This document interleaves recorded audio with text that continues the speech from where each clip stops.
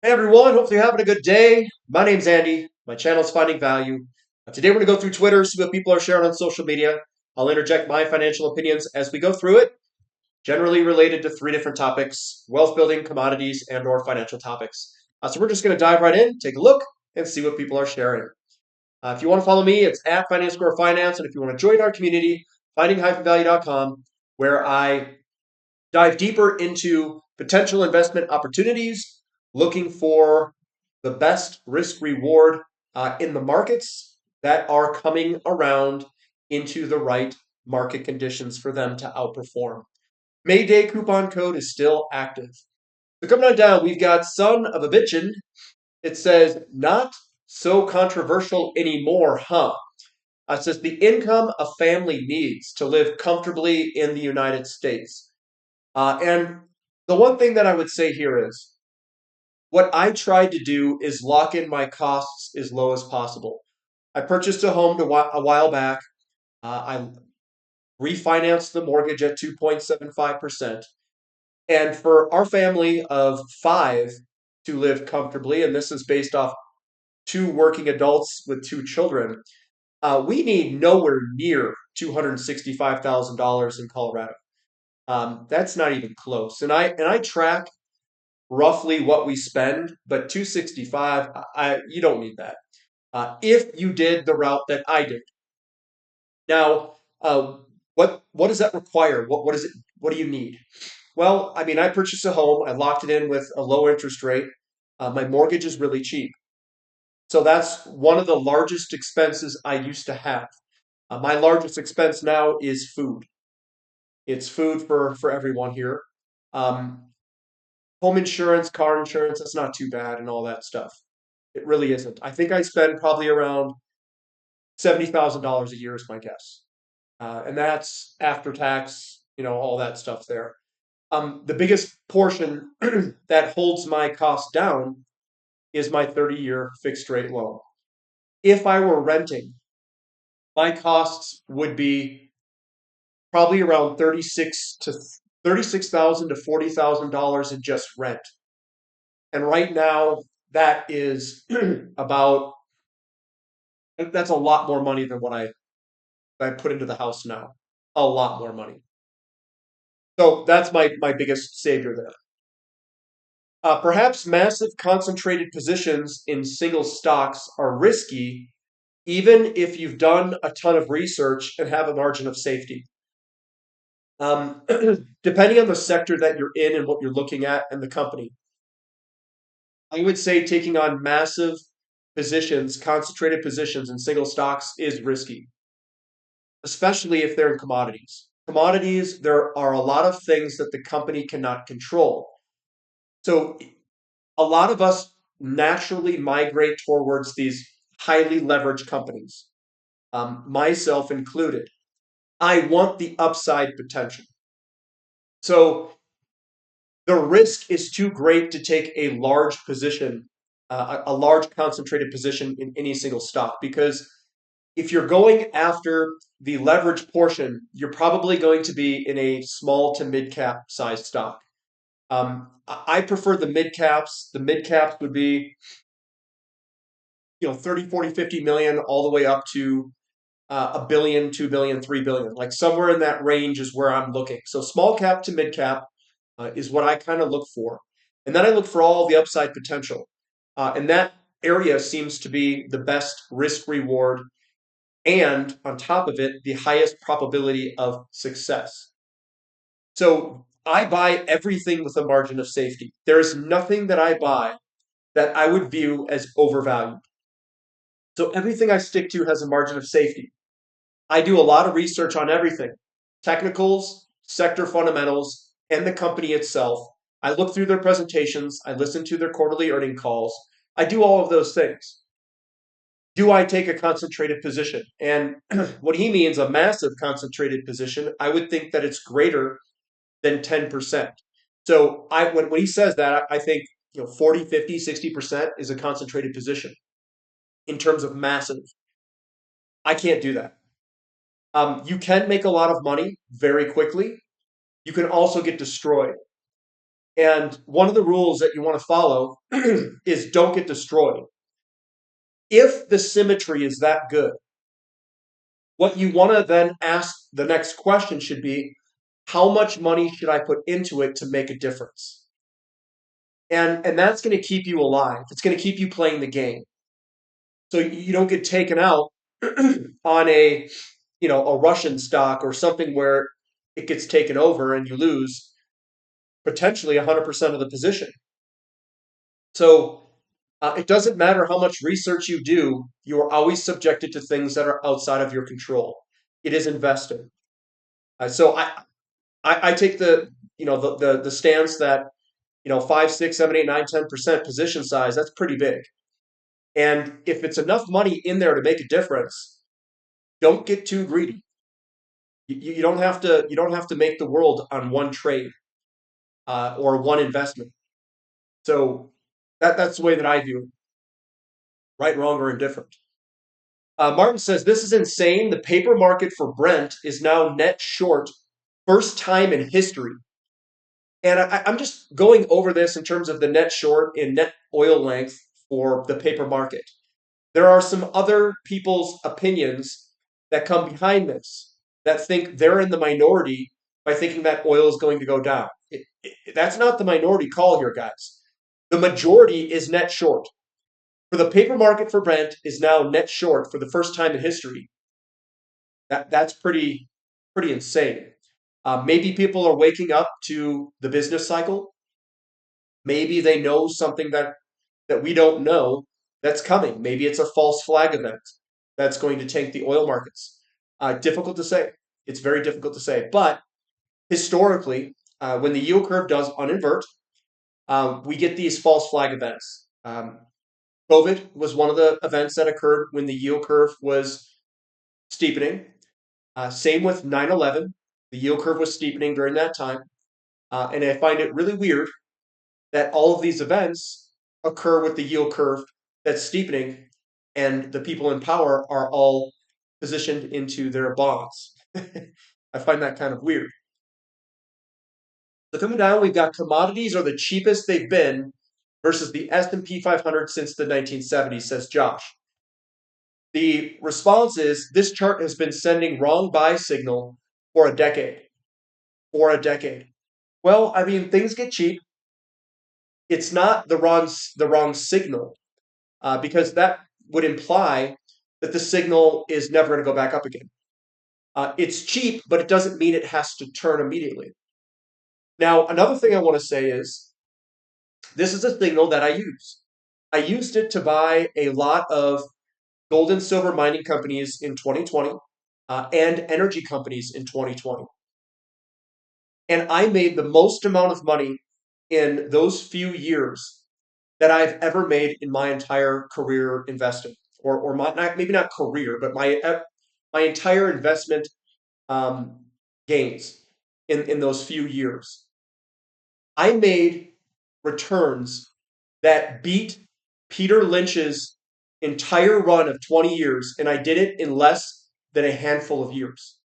3-4 years is what I did it.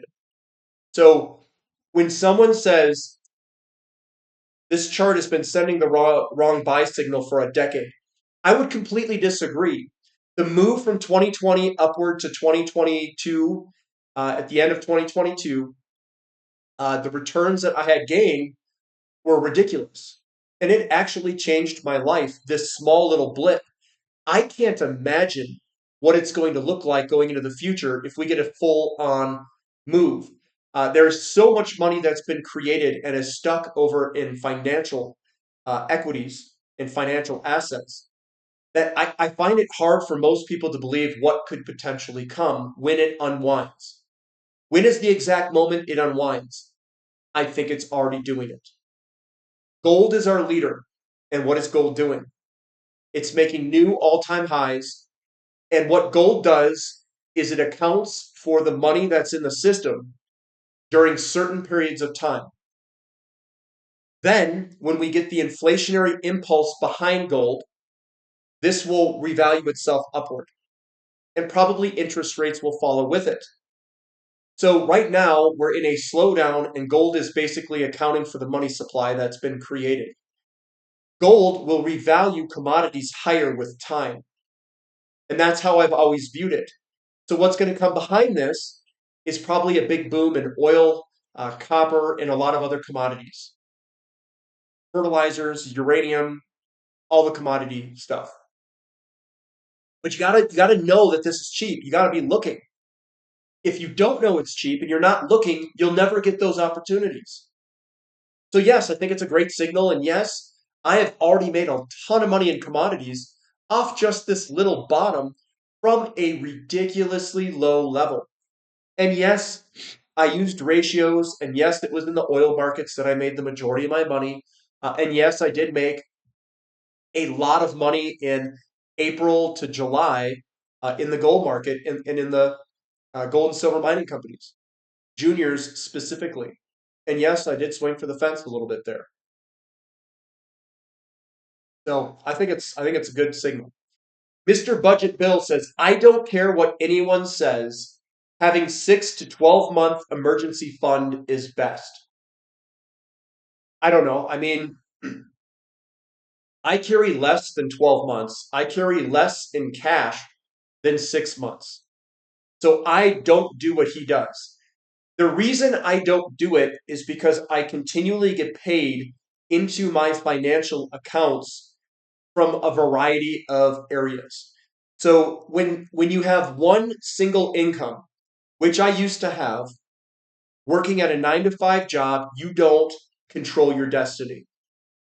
It is up to them. You need a good emergency fund. You also need that because if you don't make as much money, you can't absorb a lot of stuff. Right now, I've saved so much in all these separate accounts, like a health savings account. I don't consider an emergency fund physical precious metals. So yes, I can tap into all of these different things that I've saved over the past 2 decades, and I don't carry a ton of cash. Yes, I may have 3, 4, 5 months, something like that, 3 months, 4 months in cash, and then I save money to pay taxes. But that's all. That's all I really save up.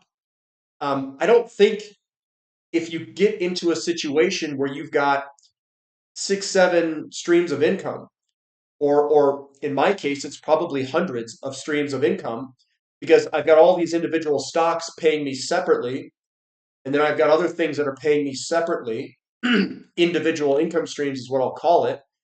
The robustness of your income goes up.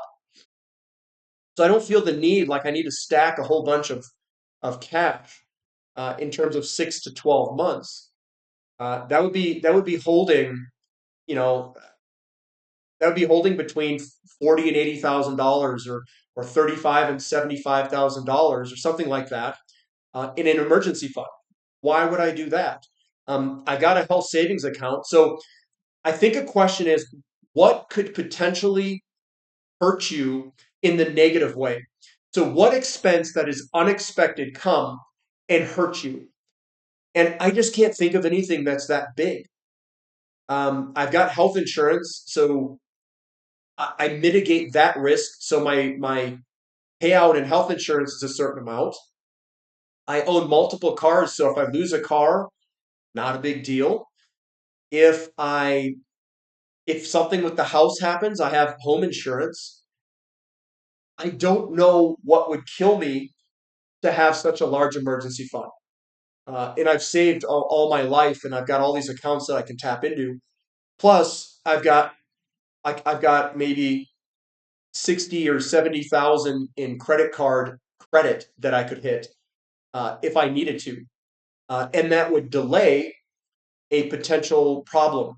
I could also apply for a 0% APR card and put 20 or 30,000 on a card with 0% and float it for 12 months or 24 months. You can get pretty creative with the options that I have, where even if an emergency came, I wouldn't even need to use the money I have. I could delay it. On the bills of most hospital bills, if they're a certain amount, they'll take payments. smaller payments over a year time frame. I sometimes, I did that for one of the emergencies that one of my kids had. And I just said, well, I'll take care of this, even though I could pay it up front. Why not? So Thomas says there are a lot of oil forecasters up only, and then there's Warren Pye's legit best in the business. Where are these oil forecasters? Record, we got the paper market for Brent is now net short. Does that mean that we've got all these forecasters with up only? I am an up forecaster over the long period. Short term, it is a difficult call because we have an uninversion of the yield curve. We usually get these false flag events that occur during this time frame. There is an event that could happen, but just because you go opposite, being a contrarian just to be a contrarian doesn't matter. What you want to be is you want to be positioned for the outcome where symmetry is in your favor. It's not about making the right prediction. It's not about calling the right up move or the right down move. It's about ultimately making money and doing it in a way that you can do it. Holding through volatility, if that's what's required, I'll hold through it. If the outcome is where I make a ton of money and I get to that outcome, the predictions don't matter. If my strategies work in a market where I just need to hold long enough, then I'll do it. It's not about making the right calls, and if you make the right call, do you make a lot of money off of it? Are you making your investment strategies around making right calls? And I would say that is not what you want to do. You don't want to do that. You want to do it where you buy value. So the young pretender says, as oil and metals get repriced in gold, private car travel will become unaffordable for most people, first in the West and later in Eurasia. There are so many far-reaching and unavoidable ramifications to the monetary reset. He is right. Everyone thinks in their mind, they're going to say, well, how are people going to afford uh, gas in their car? What I'm going to tell you is he is right here. As oil and metals get repriced in gold, and gold's going up to some really high level, private car travel will become unaffordable for most people. That is what's coming. They will get priced out. And that's out in the future. And that's what happens when you devalue your currency, whatever country it is. Paulo says, like I said, making history. So hedge funds turn net bearish on Brent for the first time on record, BBG. We are making history in the oil market. Most people don't realize it, but that tends to be how history gets made. And it is difficult to know why hedge funds are net bearish. Maybe they know things that other people don't know. Maybe they're wrong. Maybe the yield curve uninverting, maybe they're premature to it. And they're going to create the large, last, big up move in oil before the slowdown occurs. I don't know. That's not my prediction. I'm just saying maybe that's something that could happen where they all get squeezed to the upside. Here's Jamie Dimon. He says, the worst outcome for the U.S. economy possible. Jamie Dimon, CEO of JP Morgan, warned of stagflation, slow growth, high inflation, and rising unemployment as a potential worst outcome for the U.S. economy. Speaking Tuesday at the Council of Institutional Investors, Dimon said, I wouldn't take it off the table.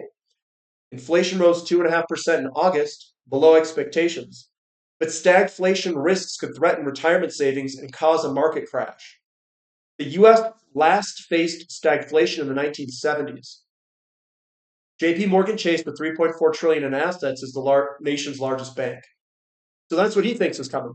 Is he going to be right? Don't know. Don't know. But that is a great environment for gold and silver to go up in. And we are seeing gold and silver go up. Are you sure you want lower rates? Typically, when the Federal Reserve starts cutting rates while unemployment is rising, it is not a good sign for the economy and markets. What do you think this time will be different? So every time you get this rising unemployment and you have a cutting of the federal funds rate, we've had a recession. Every time. So this time going to be different. Probably not. The question I have is how bad will it be? And what does stagflationary mean in this type of environment where we're spending like, you know, drunk sailors here and unemployment goes up? That's your stagflation environment. This is where gold and silver shine for a period of time. Oil did incredibly well in the 1970s. So is the conditions that we are entering or have entered, do they match the 1970s? And what did the best in the 1970s? Energy and precious metals killed it. And that's where I would have exposure. Grady says this week silver is up 10%, GDXJ is up 15%, and SILJ is up 18%. Been saying that do not sweat the small wiggles since gold and silver's mega breakouts. Been posting large number of charts supporting this. Have to follow the charts, not emotions, bias, or other. And I hate to say it, guys, silver looks great. Absolutely beautiful. Let's rip this thing. Q&A sessions posted on the website. In the beginning, we covered the setups for some of the best gold and silver companies I like in the markets. Join the community if you'd like. Mayday coupon code. And I'm just showing GDXJ's ready to break here. We're breaking out. We've got silver breaking out of its handle on the big cup and handle. And then we've got SILJ versus silver that still hasn't really taken off yet. Great setup. Great setup. The Great Marquee S&P 500. The update here is churning below the undercarriage before it lets go. Beautiful to watch. The rising wedge, the breakout, boom, the retest or back test that he's got here. And then we could potentially roll over. That is a possibility with the market conditions that we have. It's the unemployment and the yield curve uninverting. Andrew says, I hadn't realized this, but the Federal Reserve quietly changed its reserve target to 0% during COVID. This isn't fractional reserve banking. It's fictional reserve banking. There's your 0%. China needs to devalue the yuan. So China has devalued the CNY by 60% in the past 2 years versus gold. But because China can buy oil and commodities in CNY, this is driving the USD down versus gold too. These dynamics remain poorly understood. Once well understood, gold may be much higher. And what the key there is that they repriced oil in terms of China yuan. That's the key factor. North Star with that 45-year cup and handle chart of silver, the cup and the handle that is ready to break at some point here in the future. Brandon says, this is from Goring and Rosenzweig on gold miners. It says, back then, a value investor had to anticipate a rise in the gold price to justify an investment in gold equities. That is not the case today. Gold equities offer an unprecedented combination of low valuation and high potential return. That's the situation we have today. Kavi says metal prices have been notably outperforming oil in the last 3 years. This creates an ideal macro environment for mining companies, especially those engaged in open pit projects which rely heavily on energy prices to enhance their profitability. Mining companies are likely to see a significant improvement in their profit margins, in my view. And he's got the gold to oil ratio continuing to move higher. And then he's showing the relationship of copper to oil and silver to oil. These are all relationships signaling that they're increasing against oil over time, increasing the margins of the mining companies. That's what we're seeing.